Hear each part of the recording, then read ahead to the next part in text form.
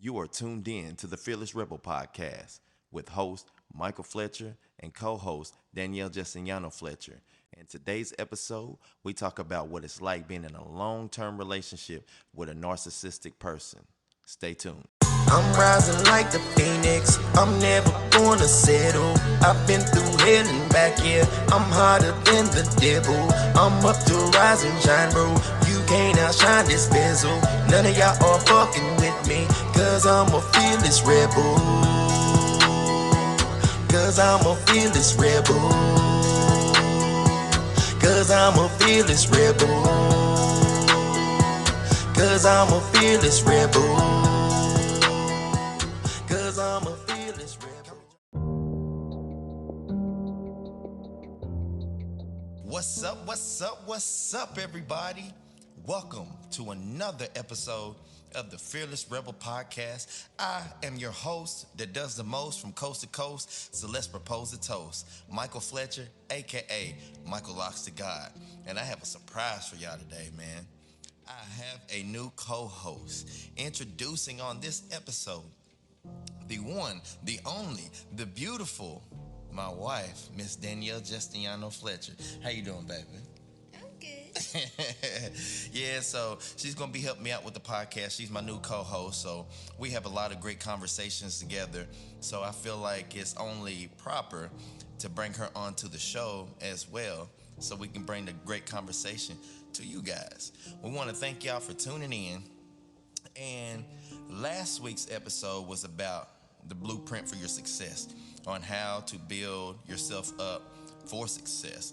So I wanted this week to reiterate on the episode 2 weeks ago about unmasking narcissism. I got a lot of great responses on that.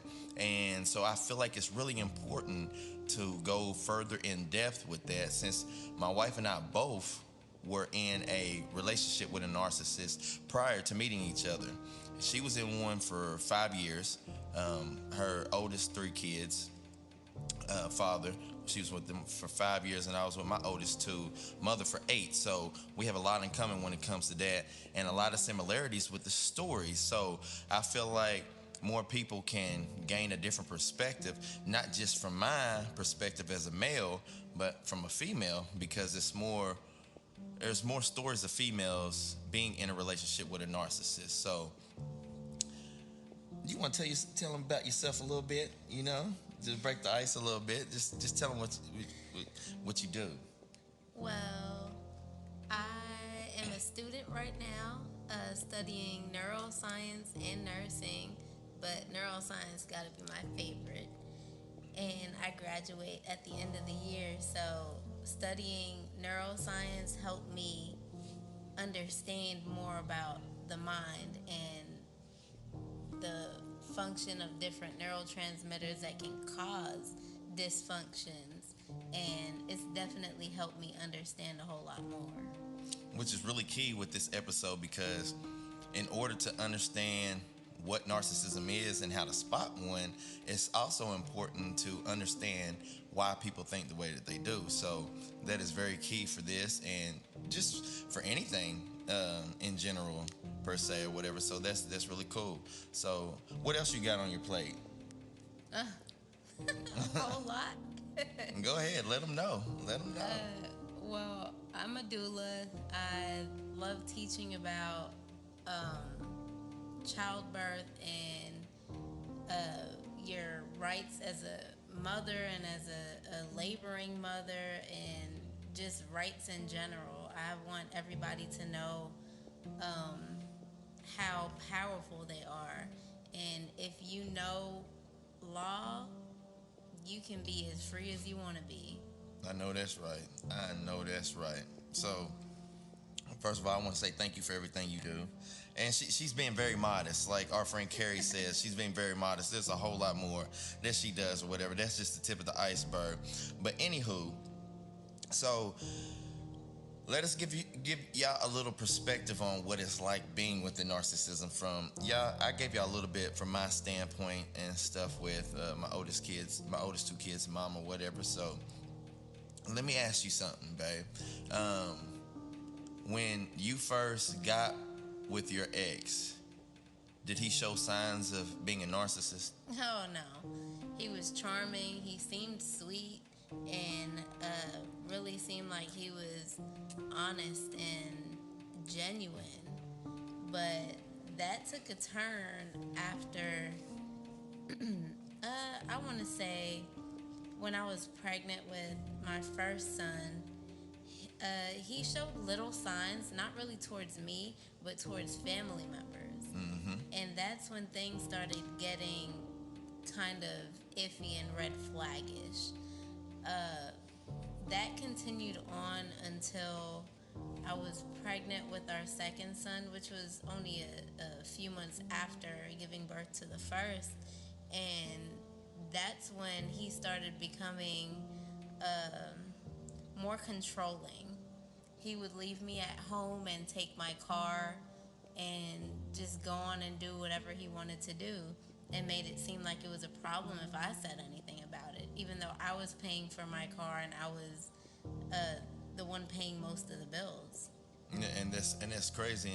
And like hearing you say that now, whatever, it kind of reminds me of Jody off of Baby Boy, because that's exactly what he did. He left Yvette in the house with their son in the hot house all day while he would take her car. He was living with his mom and stuff like that. And she was paying for the car. She was paying for her house. She was paying for all these things and stuff like that. So there's a lot of similarities into that. And likewise,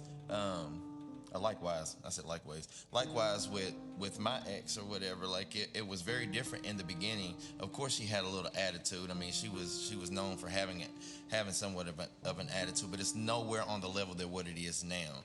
And I feel like with narcissists, what they do is they use that charm, they use that quote unquote sweet side to lure you in, because she used to bring me food all the time or whatever, and like I love to eat. And so it wasn't until like I say maybe a year in, was it around the same for you? Yeah. In other words, started seeing things and stuff like that. And I mean, and it's very weird because it's like I don't know if we intentionally ignore the red flags or just see them and try to overlook them, or a little bit of both or whatever. But it's really hard, because now looking back in retrospect, there was a lot of red flags other than just the little small ones that we just said just now or whatever. And unless you've been with a narcissist, you can't understand that or whatever. And it's really hard to see, because like if you're anything like my wife and I, you try to find the best in people, try to give them the benefit of the doubt, and you can't do that all the time. There was a quote that I heard not too long ago: when somebody shows you who they are the first time, believe them. And now I know that to be the God's honest truth. And so after you had your first two, what else, like when you got pregnant with Naya, your last one with him, how was his demeanor, and how was his like mannerisms, how was he acting towards you in the relationship? Well, I was pretty much dirt on the bottom of his shoe by then. He let me know how much he disliked me, let me know how much he regretted being with me, and how much of a problem I was in his life. But in reality, it was him making problems. He always talked about how his mother was a problem, his sister was a problem, his father was a problem, everybody was a problem.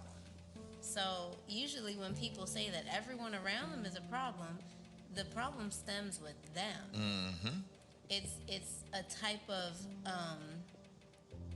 projection. Yeah. They project who they are onto other people, so that they make themselves feel better. Yeah, they try to deflect the reality and try to. They're not lying to us. They're lying to themselves ultimately at the end. And it's just so crazy, because a narcissist will go to wit's end to try to make you feel like you're crazy. And there were many times where I questioned my own sanity, and I know that you you did the same thing. And it's like there was a point in my life where I say it was probably around 2012. So it was like after about 4 or 5 years or whatever. I would wake up in the morning and really hate the fact that I woke up.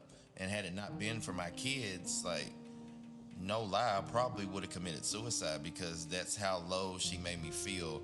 And like always telling me what she didn't like about me, like how he was telling you and stuff, and going around not just telling me but telling other people that she didn't want to be with me.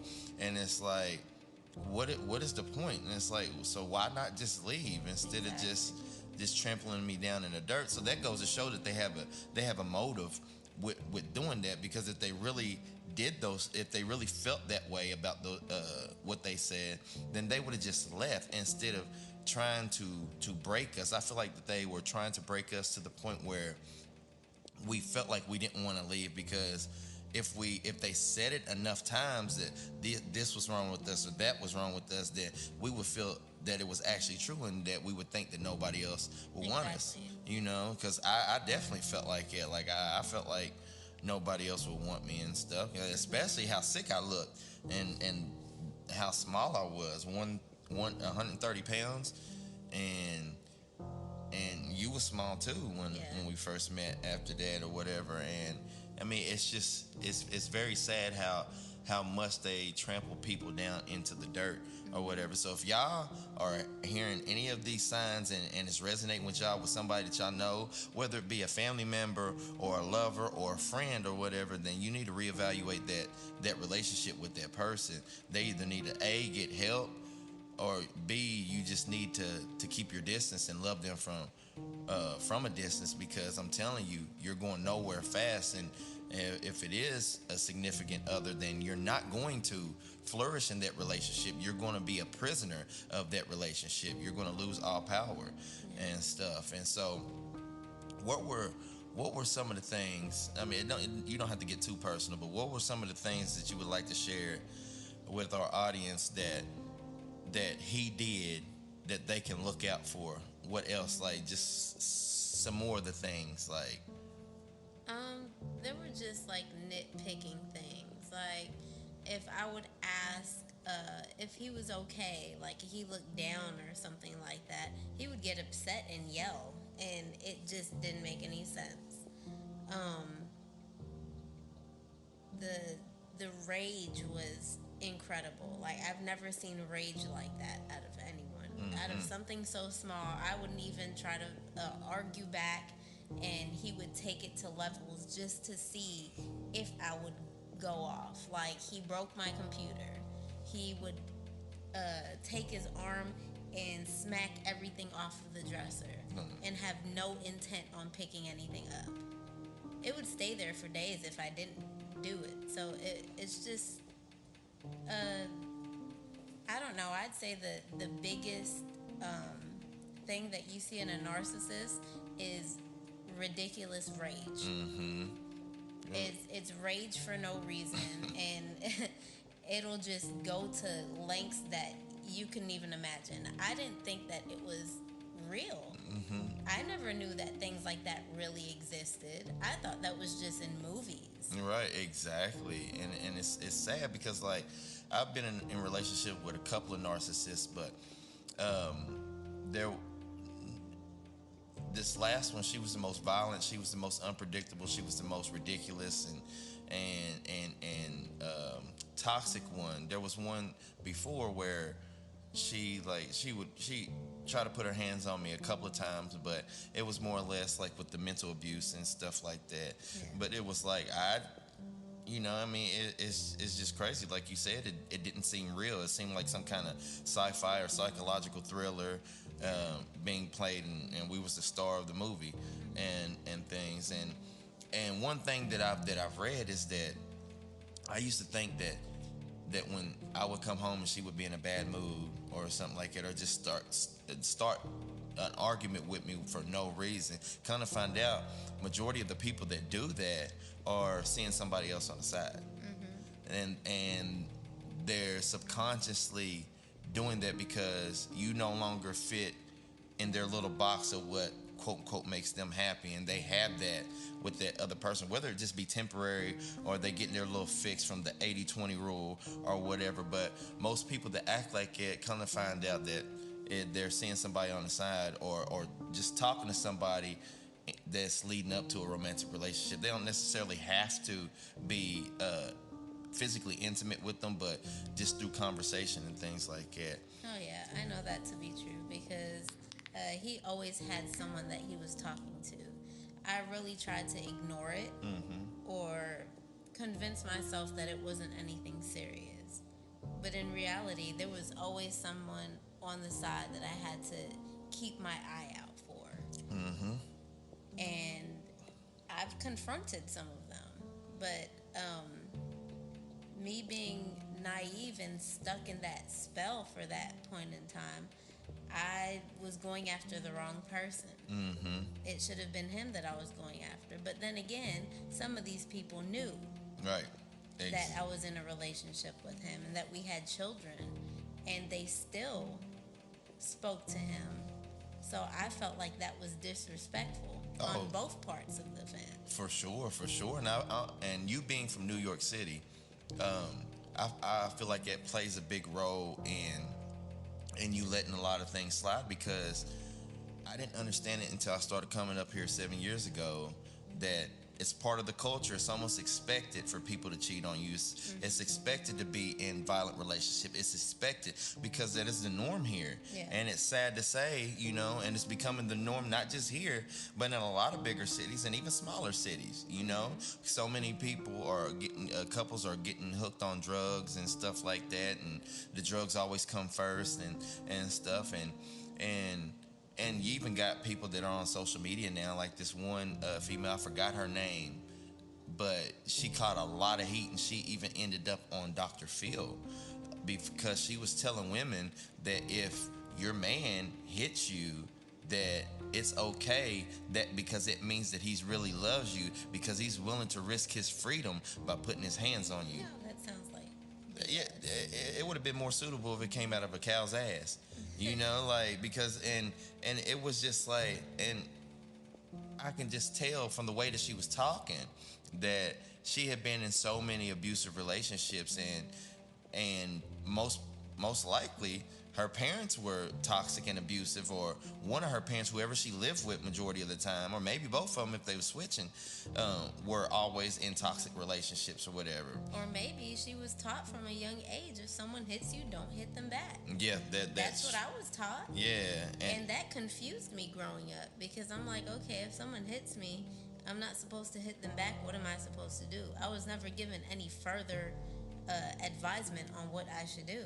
Yeah. So then I was in this situation where someone's hitting me, and I'm like, okay, wait, do I hit them back? Do I not hit them back? Do I call the police? If I call the police, are they going to take my children? So it's a very confusing situation. Yeah. And in New York City, you call the police and nothing happens. Exactly. It's like it's a different breed up here.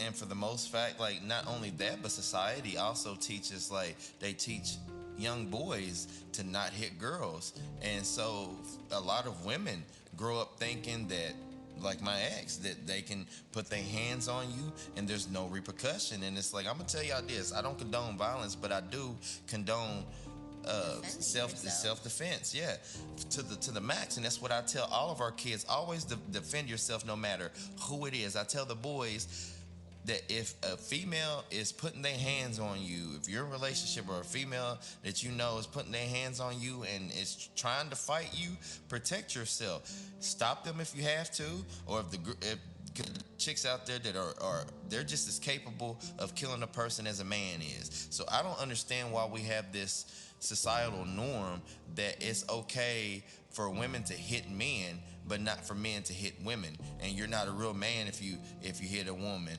No, you're not a real man if you beat on your significant other, or you going around bullying females or people in general. So we need to start teaching these kids that, because if not, they're going to grow up being people pleasers. They're going to grow up and look for abusive partners and stuff because it feels like home to them. Mm-hmm. And this world is so fixed on men and women are equal Yet there's still so many things that are not equal. Just like that, what a woman is able to hit a man, but a man can't hit a woman back, or can't protect himself, or can't. It's just crazy. Like, it should be equal. It should be okay. A man needs to defend himself. That doesn't mean a man is gonna full on punch somebody a woman in the face just because she slapped him. Like, it should be equal. Either stop her. If she's not gonna stop, then hold her arms down. Like, whatever it takes to stop her from doing whatever she's doing, and vice versa. It's harder for a woman, especially someone small like me, to stop a grown man from whatever it may be. Like, I've been hung in the air by my neck. So it's like, what do you do in that situation? Yeah, I mean, you like, in that situation, you have to use Force. A lot of force, lethal if necessary, because like, people don't understand. It only, like, it takes not even a minute to choke somebody out or to kill somebody, cut out the brains, oxygen to the brain supply. It only takes between 5 and 8 pounds to crush the Adam's apple. You know, and it's like, when people are enraged, especially in a lover's quarrel or whatever it is, like, most of the time people can't judge their own strength because they're in the heat of the moment. And especially with a narcissist, because it's never the narcissist's fault. And when they apologize, it's like, I'm sorry you made me do that. I'm sorry you made me mad. I'm sorry that you took it the wrong way. I'm sorry you didn't understand what I said. It's never a full-blown apology. Yeah. And that's what you need to look out for.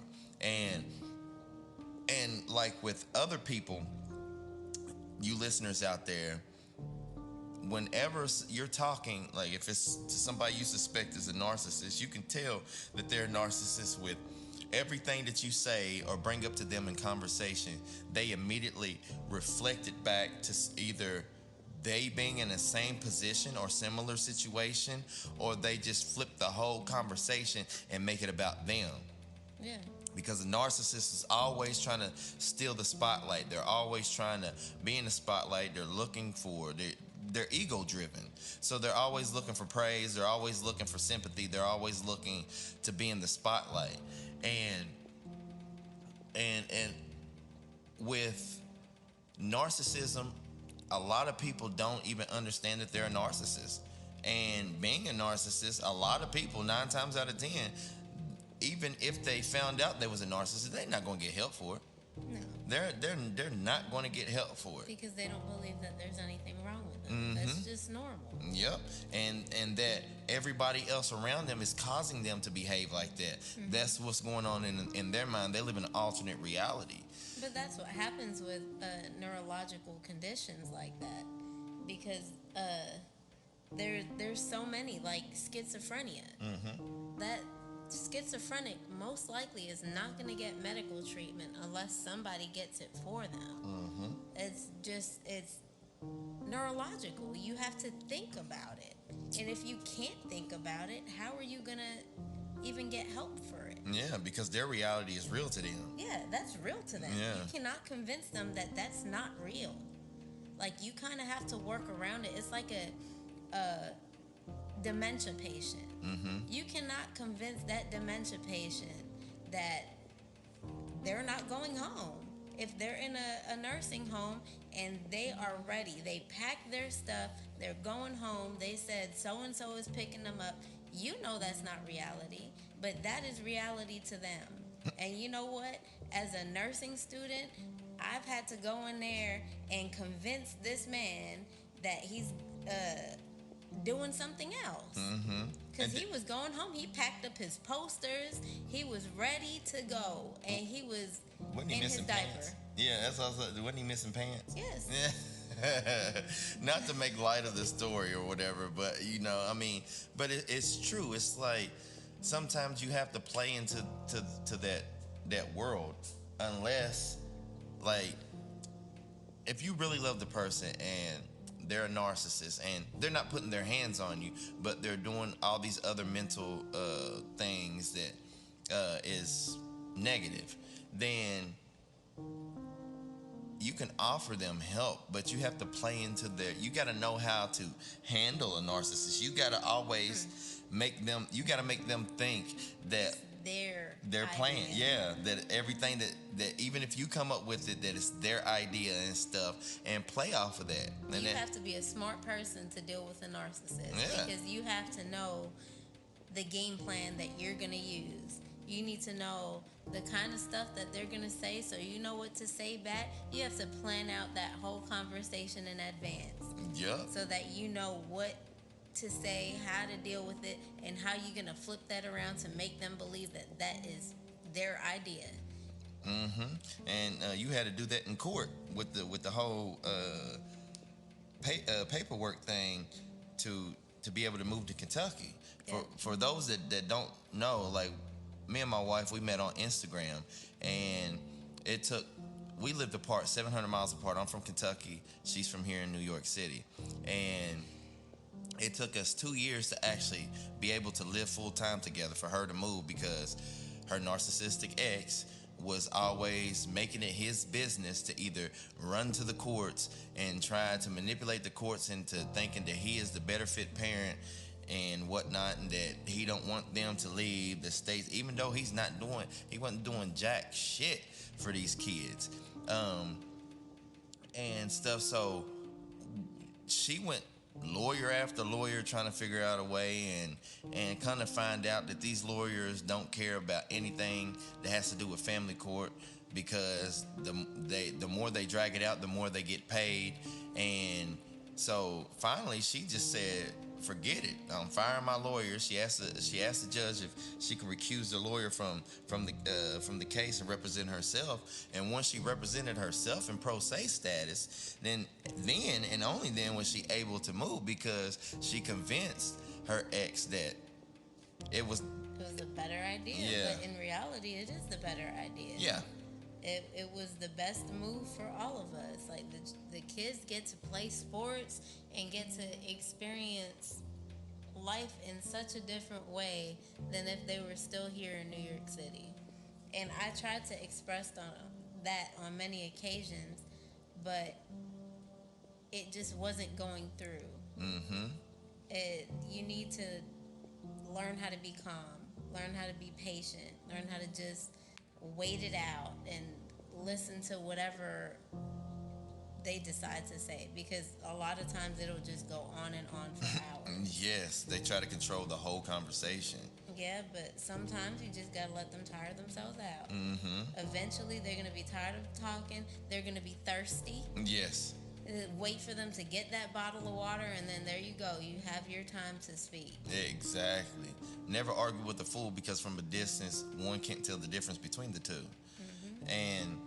And so, like, I hope our story is bringing some light on you listeners. If you're going through something similar, I hope you're not, but if you are, then trust me, we both have been there, and we escaped, and we are lucky and blessed to be able to get up out that relationship, because not a lot of people end up getting out of the relationship, especially here in New York City.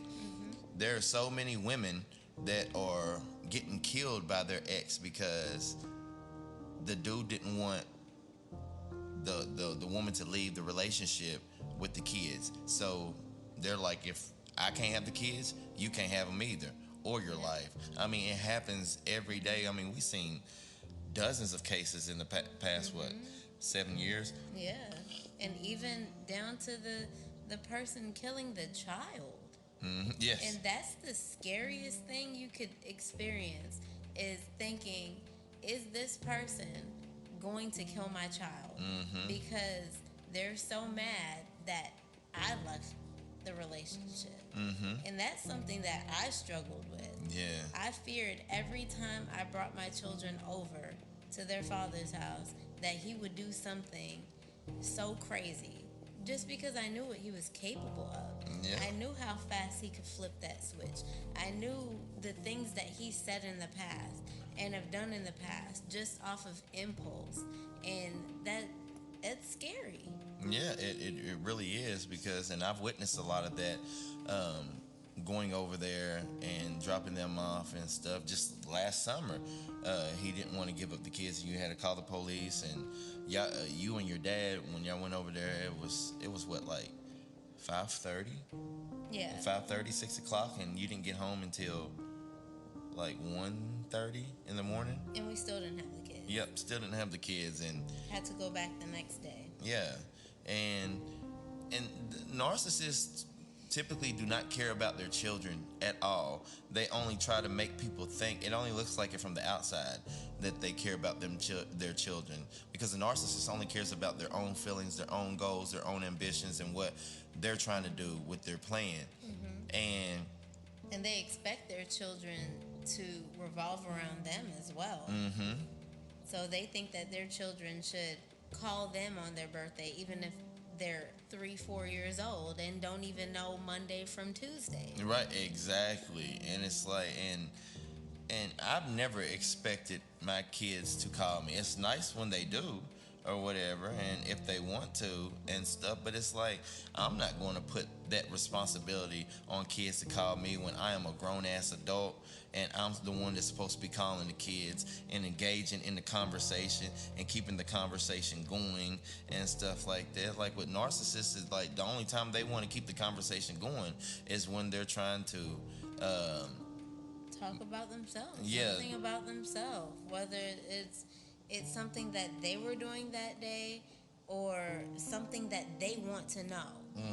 If they want to know something that's going on in that house, or whatever it may be, something that they want to pick at or use against the other parent, that's when they'll be all in depth in that conversation. Because it's information that they can use to try to turn it against the other parent. And it's crazy, like with a lot of narcissists, like my ex and her ex are very, very similar. They were on the same exact wavelength for 5 years. It was about 5 years, right? Yeah. Luckily, it slowed down a little bit, and they got some kind of sense, if that is even what you call it or whatever, but they don't act nearly as bad as what they used to. But it's still, we have to worry. I think it was just realization that they lost the power. Yes, and not just that they lost us as well or whatever, because I feel like anytime they look at the children, they see us. Yeah. And that just enrages them all over again, and they take it out on the kids and stuff. And the kids see it. The kids understand it and whatnot. And a narcissist, one thing about a narcissist, they don't believe that their children are as smart as they are. They think that they don't understand and stuff. They're just children in their eyes. Yeah, and people fail to realize, especially narcissists, that children are people too. They're just on a smaller scale. Like, they may not understand the whole world in its completeness, but most adults don't even understand the whole world in its completeness. Exactly. So children are still able to observe their surroundings and absorb. And that's all they need to do is observe and absorb, and they can recite everything that went on. And then one day you'll come to realize that it really did affect them, because when they're able to understand their emotions and understand their feelings, that they will express things that they remember, especially when it comes to the narcissistic parent being violent towards the other one. You don't know how many times, and I know it's the same with you, how many times that I had a fight with this chick. And for y'all that don't know, my ex, she wasn't like it when I got with her. She was 135 when I got with her, and ended up being 275 when I finally left and stuff like that. So she was double my size and stuff. And you expect me not to protect myself when this chick is hitting me? You're crazy. But I would never call the police. And the neighbors and everything, like, that knew what was going on and heard the fights and stuff, told me that the only reason that they never called the police is that they knew that if they did, that I would be the one to go into jail, because it doesn't matter who initiated anything. It doesn't matter if the man is defending himself, because remember, society teaches us that boys don't hit girls or whatever. So we have to change this norm. We have to be more vigilant when it comes to narcissists and being able to navigate around them and navigate with them. If you have to co-parent with them, if you don't have to, that's fine, and more power to you. That is awesome. You're in a great situation. However, for my wife and I, we have to co-parent with the other parent, and it's unfortunate because the other parent is always doing something that affects the children, and they think that it's hurting us, but it's not. It's just hurting the children, and the children see these things. Like, all of our five that are not together, they always recant stories and memories of what it was like when the other parent was being very volatile and stuff. Like, they remember, and these kids were young, you know. They're 11, 10, 9, and 7, and they were very, very young when it happened, but they remember it, and it has impacted on their lives and stuff. And it's like, I don't want anybody else to have to go through, or anybody else's children have to go through what we went through. That's why we're doing this and bringing awareness to narcissism and these other and how to spot narcissism and how to deal with these type of people. Yeah. Because they're very unpredictable, they're very violent, and they want everything their way. Yeah. And all this will forever stick in your mind. Mm-hmm. It will stay with you forever.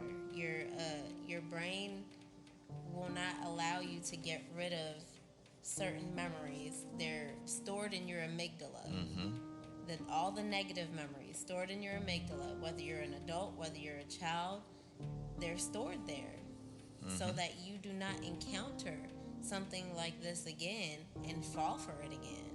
It's a way to protect you. Mm-hmm. Yeah, and I mean, it's just really unfortunate that people have to go through this type of trauma and stuff, and by no means do not think that just because you don't feel like it has affected you, if you went through a similar situation or a situation where you're with a narcissist, that it hasn't affected you. Just because you think you're still operating in a normal capacity, you might not notice it, but I guarantee you your loved ones notice it around you, and that when they're around you. And that's one thing that a narcissist does not like, is having your friends and your family around you, because They notice. they notice this stuff. They notice the change in you, and they don't want the narcissist does not want them to see the change in you, and they don't want your family and friends to whisper in your ear to try to get you to leave the narcissist. So they isolate you from your family and your friends and stuff. And they make you believe that you're supposed to be, especially if you have kids. Oh, you're supposed to be here with me. We have a family, and this, that, and the third, blase, blase, and stuff. When it's all bullshit. They just want you isolated so they can have more control over you. And finally, when they don't have control over you, guess what they try to do? They try to manipulate the perception of those around you and make it seem like you're who you're not, because they feel some type of way because you finally left. And like I said, like, not everybody is so blessed and lucky to be able to leave a narcissistic relationship or a domestic violence relationship.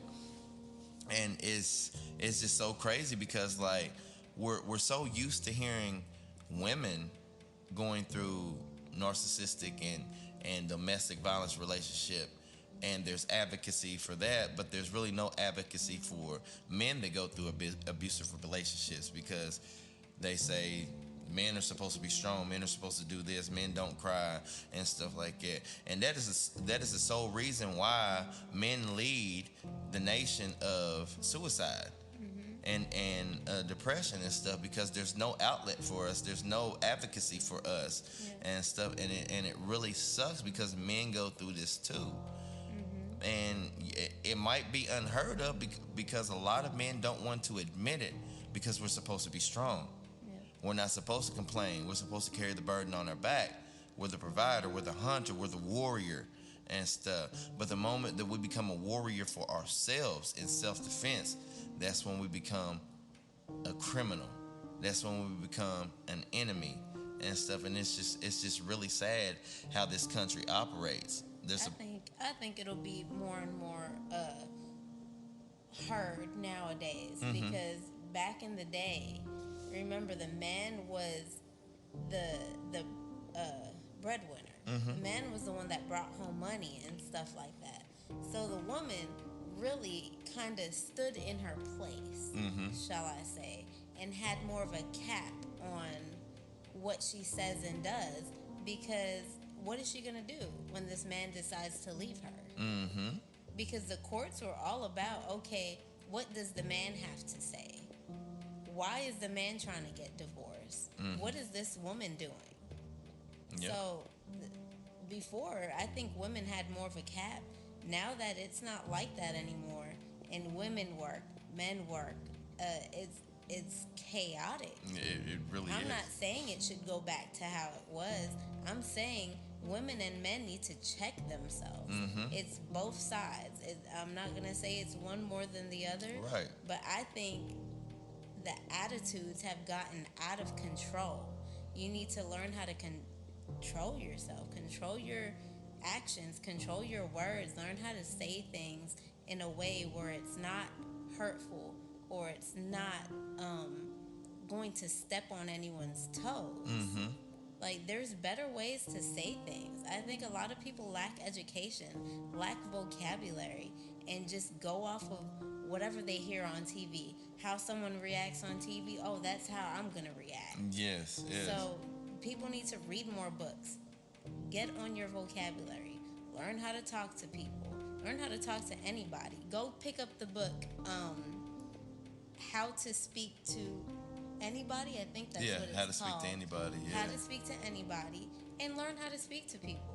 It'll get you so much further.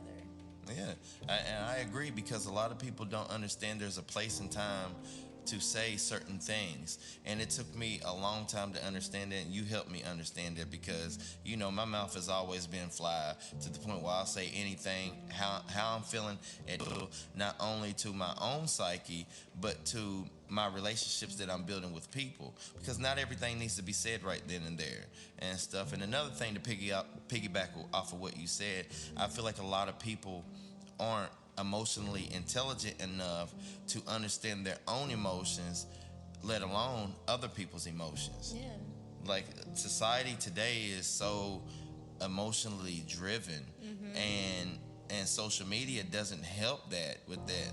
Now, don't get me wrong, social media can be a great tool for building relationships and building network to raise your net worth, and building your education. But by the same token, if you get lost and go down the rabbit hole, whatever, it's hard to crawl out of it, and then you begin to start becoming a narcissist. Like, look at me, what I have, look at what I'm doing, look at where I'm going, and stuff like that. So I feel like social media is building more and more narcissists that necessarily wasn't there. Or do you think that it has always been there, social media just helped bring it out more? Yeah, that can be true.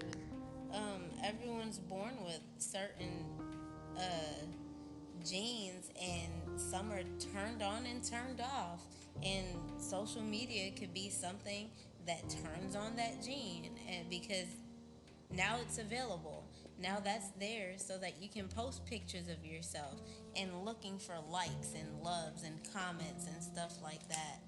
And it's I don't know, it's good and bad. Yeah, just like with anything in life, but it's just like, I feel like it does a lot of harm to people's mental health, because they're able to, it's like a virtual catalog. They're able to look at other people's lives and stuff, and compare their own lives with them, and it does something to the psyche that causes depression if they're not where they feel they need to be in life and stuff like that.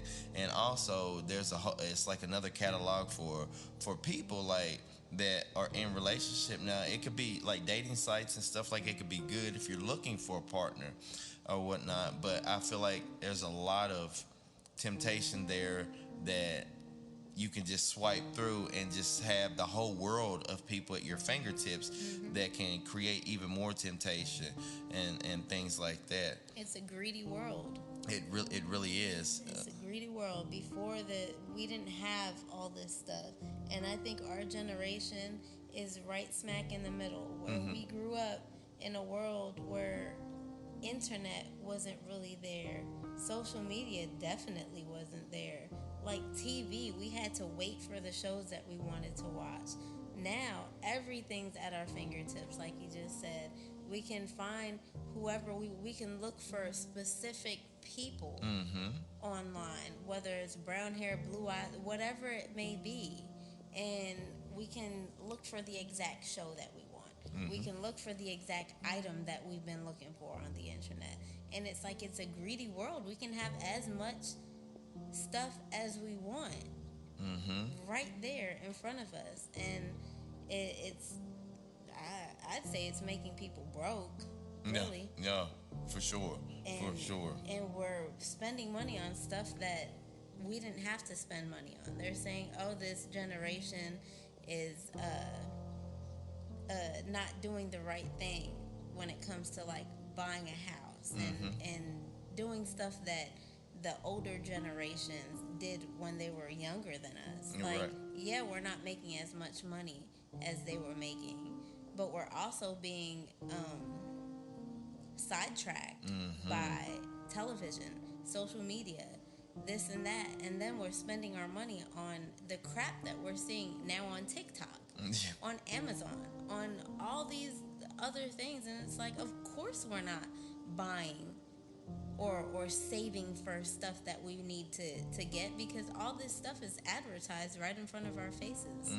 Everybody wants to be an Instagram model. Everybody wants to be an influencer. And then, not that I'm disrespecting any Instagram models or anything like that. If you get your money by all means, but the point of the matter is that the world is stuck in a loop of to a point of no return. And it's funny, I saw today this post. It was actually a few hours ago, and it said when phones were tied to a line, people were free. Yeah. And I'm like, man, that speaks volumes. We've become slaves to technology, to our phones and things like that. And I feel like that is helping breed more narcissists, or even bringing it out of people which was once dormant. Yeah, because now we're tied to other people. Now they expect us to answer the phone at any time. Yeah. Because now we have it in our pocket. Before, it was a house phone. If you were outside, you're not answering the phone. If you're not home, you're not answering the door. But now people are texting, calling. Oh, where you're at?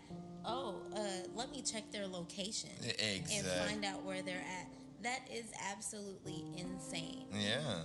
It's good because if you do lose somebody or lose something, yeah, you can check their location, and you have all this technology to call 911 from wherever you're at, whatever it may be. But it's also to a point where people really expect you to put down everything you're doing and answer the call right now. And they're going to be mad if you don't. Yeah, exactly. And that is another part of narcissism and stuff. People wanting to talk right now. Because, like you said, we had to wait for the commercials to be off or whatever. And now, like, we see it with our 3-year-old. Like, he is so impatient when an ad comes on and stuff. And it's like people's attention span is so short now. It's crazy. It is that of a goldfish. I believe a goldfish is 3 seconds and stuff. 3 and 5.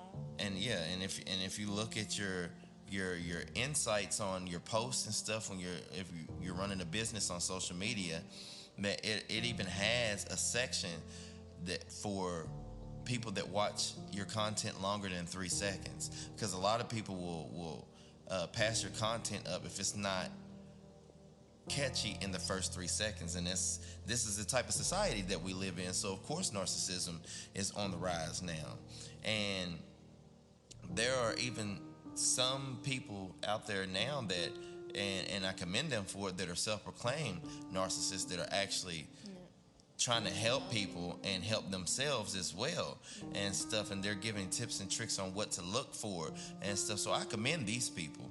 You know, they realize they have a problem, and not only do they realize it, but they're trying to get help and help others for it.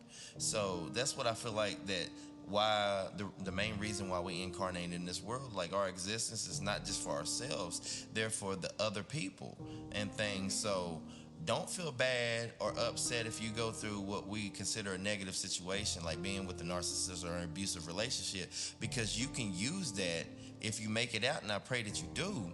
And I'm glad if you have made it out, but you could take your story like we're doing and bring it to other people and help them get out of relationships if they're in a similar situation, because our stories are similar, but yours might be a little bit different in a lot of areas. But somebody, I guarantee you, out there is going to resonate with your story, and you can help them get out of their situation.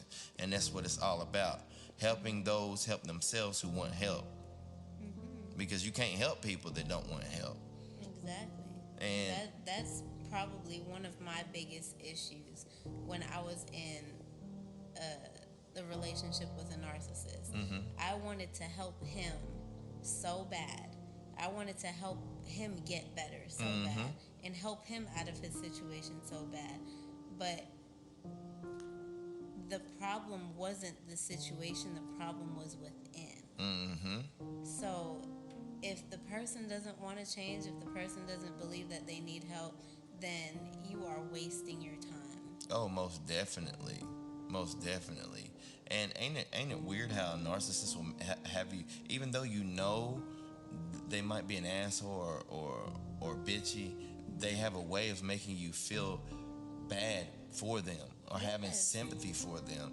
And it is so strange. No matter how pissed off they may have you, it could be a few hours later and they say something, and they just have this way of putting a spell on you and making you feel sorry for them and things like that. Because every narcissist has a sob story. Every narcissist has a sob story, and most of the time it's from parent issues. Yep.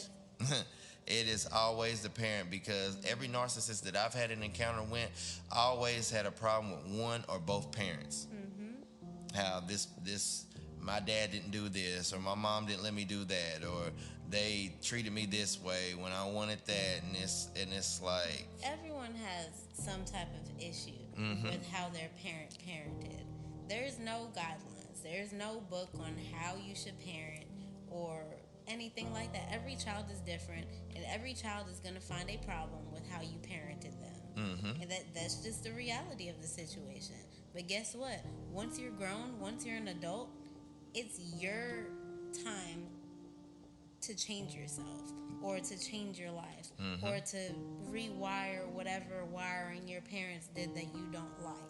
It's your problem now. Yep. Because you are the one that's in charge of your life. Nobody, you cannot expect anybody to fix anything in your life. You are in charge of that. Exactly. And that's one thing that a narcissist does, is that always trying to blame other people, or instead of helping themselves and stuff, because you're the creator of your reality and the master of your destiny, and the only enemy is within. And whatnot. So unless you've been with a narcissist, it's hard to. There's a lot of people, you don't know how many people told me to leave, and I know it's the same thing with you. And like their It's own, not that easy. and their own family telling us that we need to leave, and it baffled me at the beginning, and I didn't really understand it, but now in retrospect I understood it. And if somebody's family is telling you or asking you why you're with them and that you should leave, you should take that in consideration, because their family knows them better than you will ever know them. You know, because they've seen this person when they was a child, through their adolescent years, into adulthood, And in a relationship. yes, in relationships. So you need to take heed in what these people are saying, and actually listen, and then step back and reevaluate the situation and make the changes that is needed. or whatever before you can end up in something that is too late. Because it's like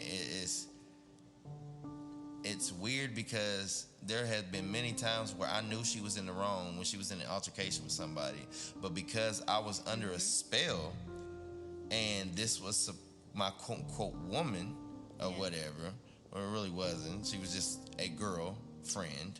Because just because you're female don't mean you're a woman. And same thing, just because you're male don't make you a man. But I felt like I needed to back them up because this was my person. Yeah, that's your obligation. Yeah. Pretty much. And if you don't back them up, then you know you're going to get it 10 times worse later on. Yeah, and that's the worst thing. Behind closed doors, people only know half of the situation, what it's like being with the narcissist, or when they're pissed off or you didn't do what you were supposed to do to defend them and stuff like that. And it's just like, it is so exhausting. Oh, yeah, it is. It's mentally exhausting, physically exhausting. All of it ties in together. Once your brain is tired, your body becomes tired. You want to sleep. You don't even want to get up. It's like a never-ending cycle of depression. And I'd say it's even worse than depression. Yeah, I would say so too. Like, depression doesn't even graze the surface of the word to describe that situation. And you're like in a hole with no ladder. There's no way to get out of it. Yep, and you feel hollow inside, like there's nothing. Yeah. And it's fortunately we had children that we lived for through Exactly. that. And if it wasn't for them, I wouldn't have the strength that I do. And like, my goal was to give them the best world that I could possibly give them. And that might not be a perfect world, but I promise you it'll be the closest thing to it. Right, exactly. And you know, half of the battle is won in trying and stuff. And it's like with the narcissistic, with the other parent being a narcissist, like they don't really try. They like to make people think that they do. And that they get a kick out of being a social media parent or a social parent. Where they only want to call the kids, like this guy only wanted There's friends around, family members around, or somebody around that he just wants to show off for. And that's not cool. Once again, that's narcissistic. It's about him. It's about, he wants to show off. He wants people to look at him like a dad. Yep. And praise him for being a wonderful dad, or you talk so well with them. But that's only in front of other people. Yep. Because later on, or a time where the kids decide to call him and he's by himself, it's a whole different person. And narcissists it doesn't stop in the relationship. That trickles right down to the children. And the children feel it. Some of them are caught up in that spell that they have, but other ones see it for the truth. They see that, and they built off of what you've experienced as the parent. So either they're going to end up stuck in that spell, or they're going to end up being the one that tells the parent straight to their face, you're messed up. Something's wrong with you. Yeah, because they're not stupid. They have their own thoughts, their own personalities, and how they assess things. And I mean, they're no dummies, and we need to stop treating children like they are. And stuff, because they understand and they know more and they see more than what we realize and what we ever realize. And they have social circles just as well. And then they talk amongst their friends and their peers about what goes on in the household, what goes on at school and things like that. And so they share similar stories, like how my wife and I are sharing our story with y'all. So it's very imperative that we understand this. And if you have children in a narcissistic relationship, now's the time to get out. I mean, 9 times out of 10, there's no salvaging that relationship. And it's better to And I know a lot of people be like, well, I don't want to have a broken home for my children and stuff. It's better to have a broken home than to sit there and be in an abusive relationship, whether it's physical or mental, and then showing the kids what love is not. And then they grow up and go out and find these same people and end up in the same situation. So it's very important that we show these kids that self-love is the most important love. And that comes first, because if you don't have love for yourself, then you sure can't love another individual, let alone your children. So if your children are sitting there watching you go from relationship to relationship with these abusive partners or whatever, then eventually they're going to look at you as a weak individual, and you're going to lose all credibility with your children. And it is something that you do not want to go through. I promise you. So, I mean, narcissism and narcissistic relationships is very important to us. It is because it goes hand in hand with domestic violence. A lot of times these people are violent and stuff. Like I said before, I had 3 EPOs on my ex and stuff, and we were just talking yesterday when we walked past the precinct in Harlem, that's where you went to try to press harassment charges. He called you 81, 83 times in a row? Yeah, and the police didn't do nothing here. They just wrote it down and went about their business. And of course, like, in Kentucky, it's a little bit different. They do a little bit more, but still, me being a male, a black male at that, and my ex being white passing, she's mixed, half and half, and she uses her black side for her convenience, and she uses her white side for her convenience. And usually, men don't come out on top. Had it not been for my wife, when I met her after I left, I met her, and then she convinced me to fight for my children in custody. I wasn't going to fight for my children for custody, because the way my thought process is that the children need to be with their mother. So I wasn't going to fight. I was going to see them whenever she let me, or whenever I could and whatnot. But my wife convinced me, no, go fight for your children. And the story that she told me and the reasoning why and stuff, it really clicked in my head. And I went, I think it was the next day that I went down there and looked for a lawyer and paid the $200 just to file the paperwork. The lawyer really ain't do nothing. But I still got my kids, and which was the best thing. So, I say that to say this, man. I love y'all, and I don't want anybody that is listening to this to have to go through anything that we went through. This is why we do this, to bring awareness. And if you know somebody, it could be a friend, family member, a parent,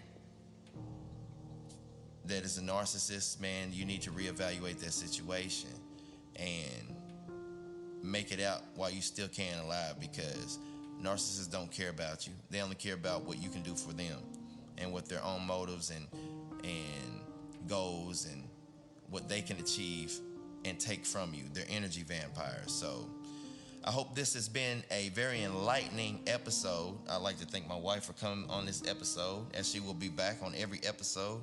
We will be doing this, and I really enjoyed this conversation. It is way better than just me rambling by myself. So I'm pretty sure the people are going to love it. So once again, I want to thank you for coming on the show, and because you are a fearless rebel, as am I, and all of y'all that are listening out there, you too can be fearless rebels. Go against the grain. Do what's best for you. Do what's best for your kids. Find more things to say yes to. And if it don't make your heart sing, don't do it.